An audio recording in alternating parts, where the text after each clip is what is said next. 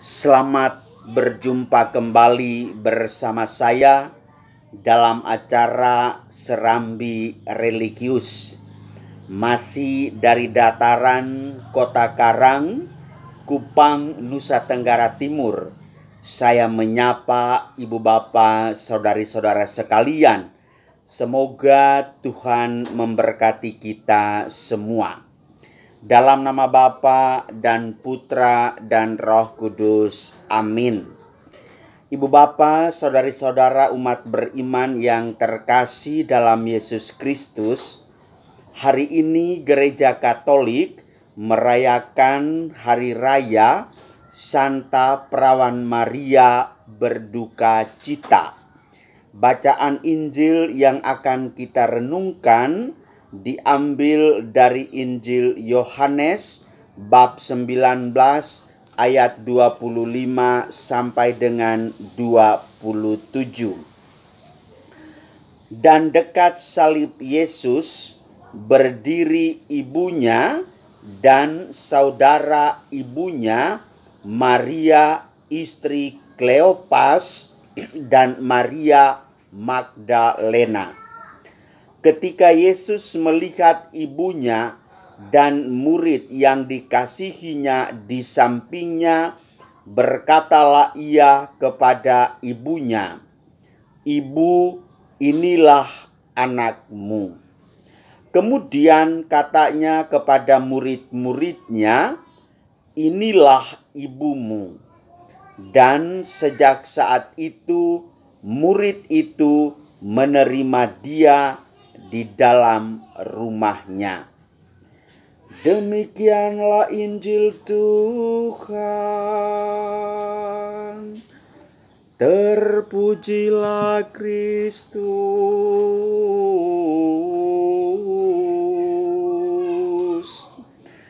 Ibu bapa, saudari-saudara umat beriman yang terkasih dalam Yesus Kristus. Bicara soal ibu adalah suatu topik yang tidak pernah membuat orang merasa jenuh. Mengapa? Karena secara biologis kita lahir dari rahim seorang ibu, meski tentu bekerja sama dengan seorang ayah. Namun demikian berkali-kali saya katakan, sebagai seorang anak, kedekatan emosional antara dengan ayah atau ibu, maka relasi dengan ibu memiliki hubungan yang sangat dalam. Mengapa? Karena 9 bulan 10 hari dia berada di dalam rahim ibu. Setelah lahir, ibunya selalu merawat dia, memelihara hingga besar, dewasa, dan menikah atau menjadi pastor atau suster dan seterusnya. Bunda Maria adalah seorang ibu biasa yang dipilih oleh Allah untuk mengandung dan melahirkan Yesus Kristus. Meski demikian, ibu bapak, saudari-saudara, masih tetap dalam bayangan ingatan kita sebagai orang beriman percaya penuh bahwa ia mengandung bukan soal relasi cinta dengan si Yusuf, tetapi ia mengandung dari Roh Kudus. Perjalanan kehidupan Yesus sebagai manusia seperti biasa. Ia dilahirkan, dibesarkan, bekerja sebagai pembantu ayahnya sebagai tukang kayu. Lalu 3 tahun belakangan ia melaksanakan tugas misionaris sebagai seorang Mesias, juru selamat. Dan dalam perjalanan kehidupan, dalam situasi yang tanpa terduga, Maria juga selalu hadir melihat putranya, betapa putranya diterima atau ditolak dan seterusnya. Perjalanan selanjutnya sampai pada Yesus menderita, wafat di kayu salib, Maria tidak pernah meninggalkan dia. Saat Yesus disalib, hanya ada beberapa wanita yang berdiri di dekat salib Yesus. Injil hari ini mengatakan bahwa Maria ibu Yesus juga berdiri dekat dengan salib Yesus bersama-sama dengan Maria Magdalena, bersama dengan Yohanes murid yang dikasihinya. Ayat 25 dan 26a. Dalam ayat lain justru disebutkan orang-orang lain yang mengenal dekat Yesus justru berdiri jauh dari Tuhan Yesus. Injil Lukas bab 23 ayat 49. Maria ibu Yesus melihat benar, ikut merasakan penderitaan seorang anak.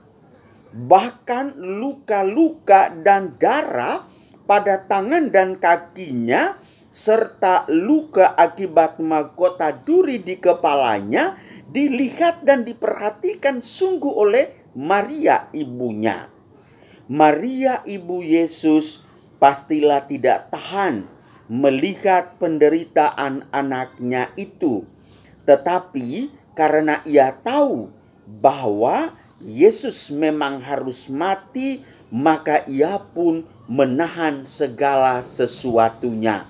Ibu bapak, saudari-saudara yang terkasih, coba dibayangkan dan direnungkan. Kita semua punya ibu.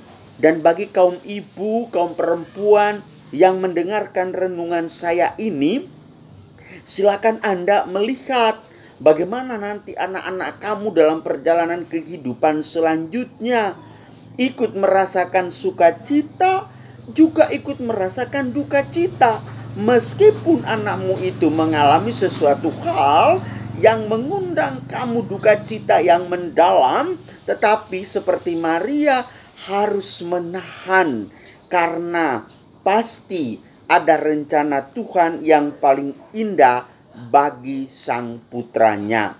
Yesus tahu bahwa hidupnya di dunia ini sangat singkat, yaitu sekitar 33,5 tahun saja. Usia Yesus itu hanya segitu doang. Maka berbahagialah Anda yang usianya sampai 80 atau 90. Mungkin juga ibu bapak saudari-saudara sekalian, jika Tuhan Yesus saja memiliki suatu rasa sayang yang luar biasa terhadap ibu, apalagi kasih sayang ibu terhadap anak, bukankah kita juga seharusnya memiliki sikap seperti itu? Tuhan Yesus pun memikirkan ibunya hingga pada saat-saat terakhirnya di atas kayu salib. Ia masih sempat melakukan sesuatu bagi ibunya agar ibunya pun tetap ada yang menjaga hingga masa tuanya. Bagaimana dengan kita? Inilah pertanyaan reflektif bagi kita semua yang adalah juga merasakan sebagaimana yang dirasakan oleh Tuhan Yesus. Tidak usah hal-hal yang sulit, tetapi dengan mengucapkan selamat kepada ibu dalam suka dan duka, memberikan suatu apresiasi, kado yang kecil sekalipun, mencium kening ibu, itu bagi seorang ibu merasakan luar biasa dalam.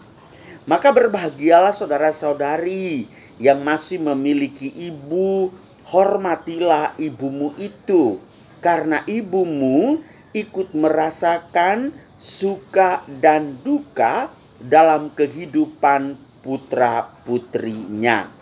Maka marilah pada kesempatan mengenang perayaan Santa Perawan Maria yang berduka cita, ikut merasakan duka cita putranya, berikanlah sapaan kepada ibumu supaya ia juga mengalami sukacita.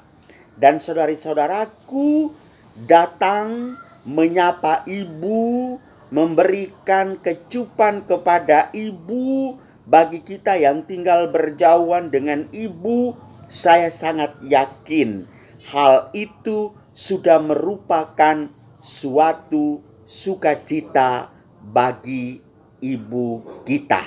Selamat mengenang dan merenungkan hari raya Santa Perawan Maria berduka cita. Salam Maria penuh rahmat, Tuhan sertamu, terpujilah engkau di antara wanita, dan terpujilah buah tubuhmu Yesus.